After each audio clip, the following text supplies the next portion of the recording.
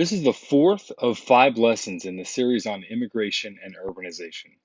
Today we'll discuss new technologies. In this lesson, we'll see how advances in science and technology helped solve urban problems, which included overcrowding.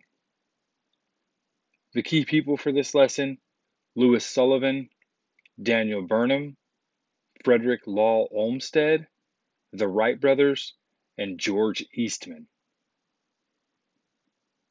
Technology advancements will improve city life when the advancements meet the nation's need for communication, transportation, and living space. In 1890, 58 cities in America had 50,000 people. In 1900, 40% of Americans lived in cities. Inventions like the elevator and internal steel skeletons led to the skyscraper.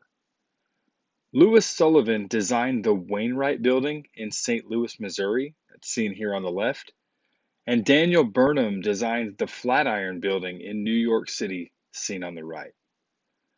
Skyscrapers helped solve the issue of limited and expensive space in major cities. Another issue of city life is transportation. Before the Civil War, horse-drawn streetcars ran on iron rail. But by 1900, electric streetcars, or trolleys, ran from the suburbs all the way to downtown. Some cities even built elevated trains or subways. Street travel wasn't the only mode of transportation to advance. The Wright brothers, Orville and Wilbur, used engines to fly what was described as heavier-than-air crafts. Their first successful flight was in December of 1903. By 1920, the first transcontinental airmail was established. Major growth of cities inspired the science of urban planning. Frederick Law Olmsted spearheaded a movement for planning urban parks. In 1857, he helped design Central Park, seen here in New York City. Chicago's population growth resulted in unregulated expansion, so Daniel Burnham drew up plans for city parks along Lake Michigan.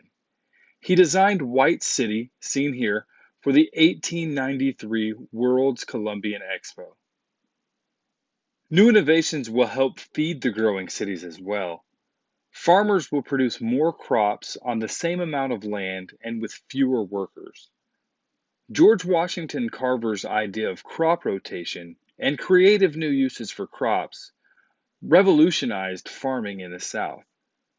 The Haber-Bosch process created a way to fertilize crops using chemicals, and refrigerated railroad cars created a way to get fresh food into the cities.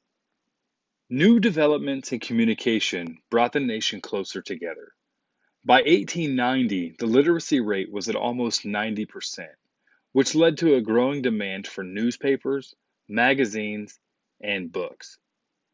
Paper mills were able to make cheaper paper that withstood high-speed printing presses.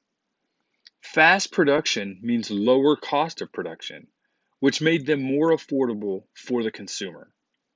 Before 1880, photography required extremely heavy equipment, and it took a long time to capture the image. George Eastman developed lightweight camera equipment and studio processing. In 1888, he introduced the Kodak Camera, which was very easy to operate. Millions of people used the Kodak Camera. This invention helped create the field of photojournalism.